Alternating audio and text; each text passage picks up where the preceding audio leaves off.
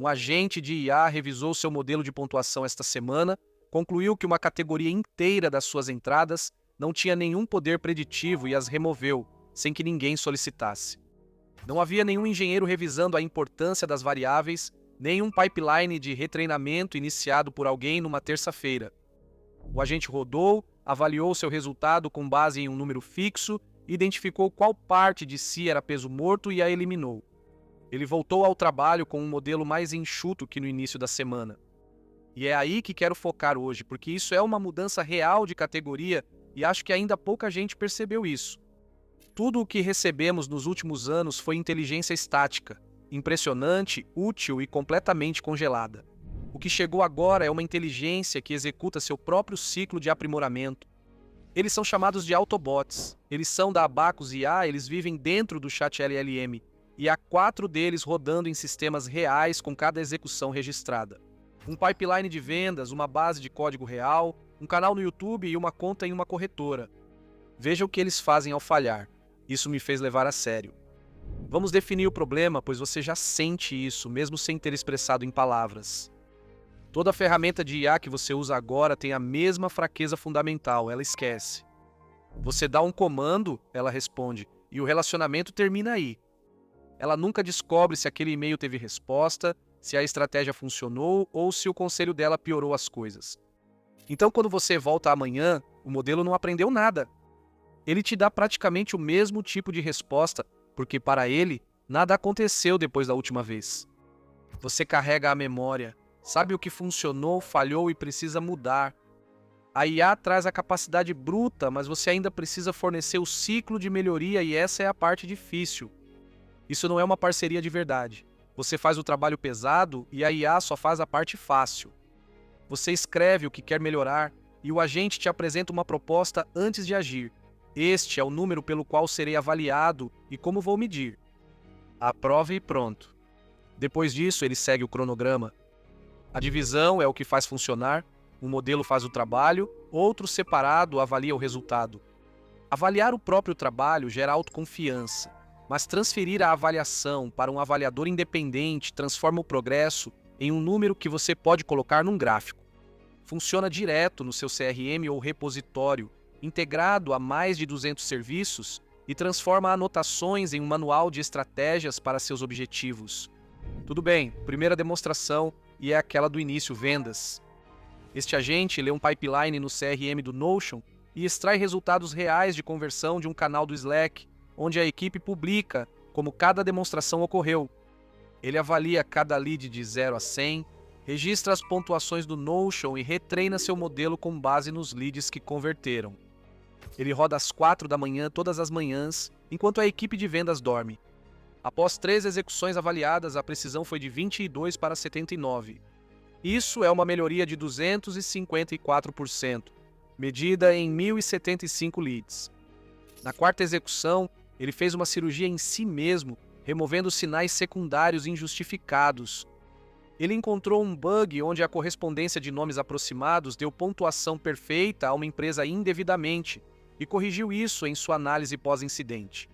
Ele identificou sua falha, documentou, corrigiu e aplicou isso além da pontuação de leads, e é o mesmo mecanismo que faz a prospecção também. Ele escreve as mensagens, observa quais realmente recebem uma resposta e quais avançam uma negociação, e ajusta a abordagem e o tempo de acompanhamento com base no que retorna. Não são melhores práticas tiradas do blog de alguém, são evidências extraídas dos seus próprios dados sobre o seu produto, seu mercado, seus clientes. A equipe abre seus laptops na segunda-feira para uma abordagem um pouco mais afiada do que a da segunda-feira passada, e ninguém precisou escrever um novo prompt para que isso acontecesse. O segundo é algo que anima o chat da equipe, um agente de correção de bugs integrado ao Jira e GitHub com restrições mostradas na tela. A produção é proibida para El e ele não pode fechar um ticket sozinho. Diariamente ao meio-dia, ele pega o bug mais prioritário, clona o repositório, investiga até achar a causa e faz a menor correção segura possível. Ele só faz merge para o ambiente de teste se tanto o linter quanto o build passarem. O pull request que ele abriu é real. O bug limitava a pontuação da entrevista a 10 em vez de 100 devido a uma linha que restringia o valor incorretamente. O agente identificou o commit que causou o problema, corrigiu a linha, passou no build e comentou no ticket do Gira explicando como os humanos poderiam verificar. Após 3 execuções, isso representa 100% de sucesso nos merges, 100% de correções na primeira tentativa, e ainda há um humano aprovando cada ticket. Implanta o terceiro primeiro por razões óbvias, considerando o que você assiste agora, um agente de teste de miniaturas no canal do YouTube do Abacus. Antes de construir, ele faz perguntas inteligentes para esclarecer, como se tem acesso ao canal ou se as novas miniaturas devem ser publicadas automaticamente ou aprovadas por um humano. Depois, ele ativa o modo automático 2 vezes ao dia. Ele analisa vídeos dos últimos 14 dias, cria novas miniaturas para os de desempenho ruim e as publica automaticamente via API do YouTube. Na primeira execução, ele colocou 3 miniaturas novas nos 3 vídeos mais fracos e mostra as confirmações de upload na tela. Ele mantém uma lista ranqueada de regras de design e exclui as que têm menos de 30% de sucesso nos testes. E aqui está algo que eu realmente respeito nisso. Depois de 3 execuções, a taxa de cliques não mudou, de 51 para 51, totalmente estável. Como cada troca de miniatura exige de 1 a 3 dias no ar para que os dados tenham sentido, e o agente se recusa a declarar um vencedor antes do tempo. Lembre-se, quando alguém mostrar uma demonstração com gráficos sempre subindo, um agente que reconhece falta de dados vale mais do que quem força uma vitória. O ciclo se repete com títulos, horários de postagem e descrições, avaliados por visualizações, taxa de cliques e tempo de exibição, usando uma receita fixa para comparações justas.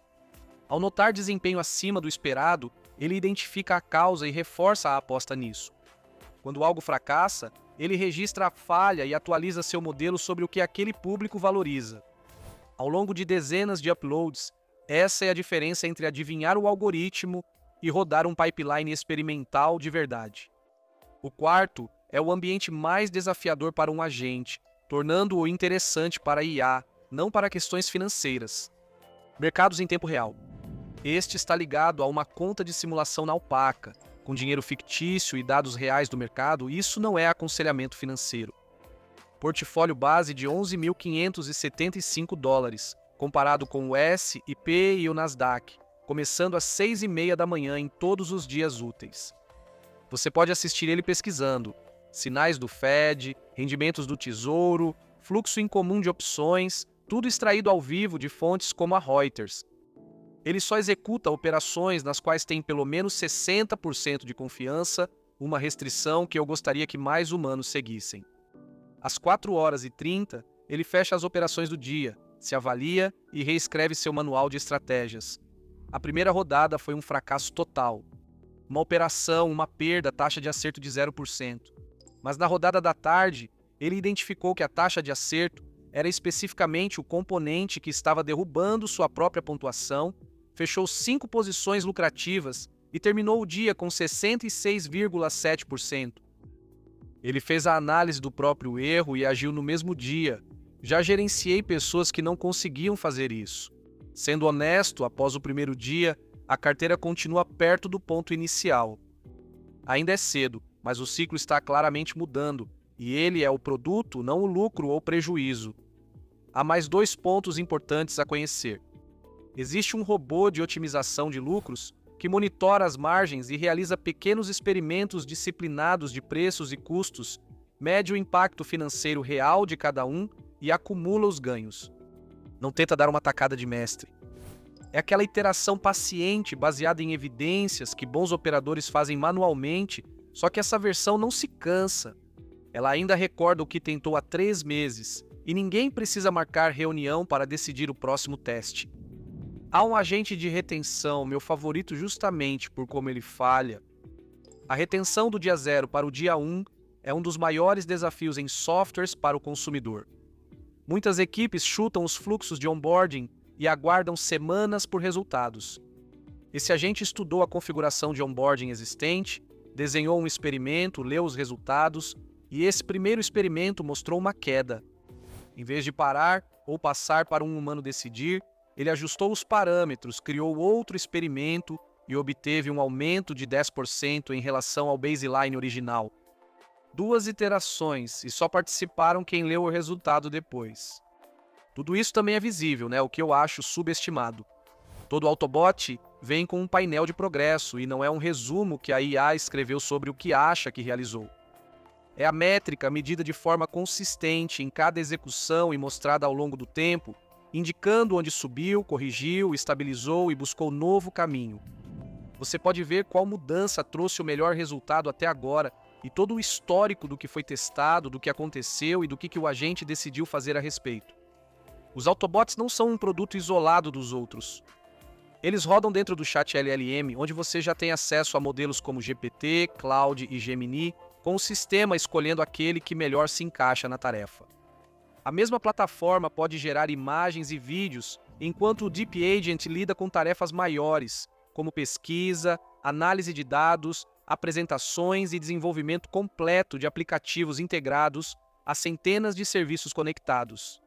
Os Autobots só acrescentam uma camada que faz esse trabalho evoluir com o tempo.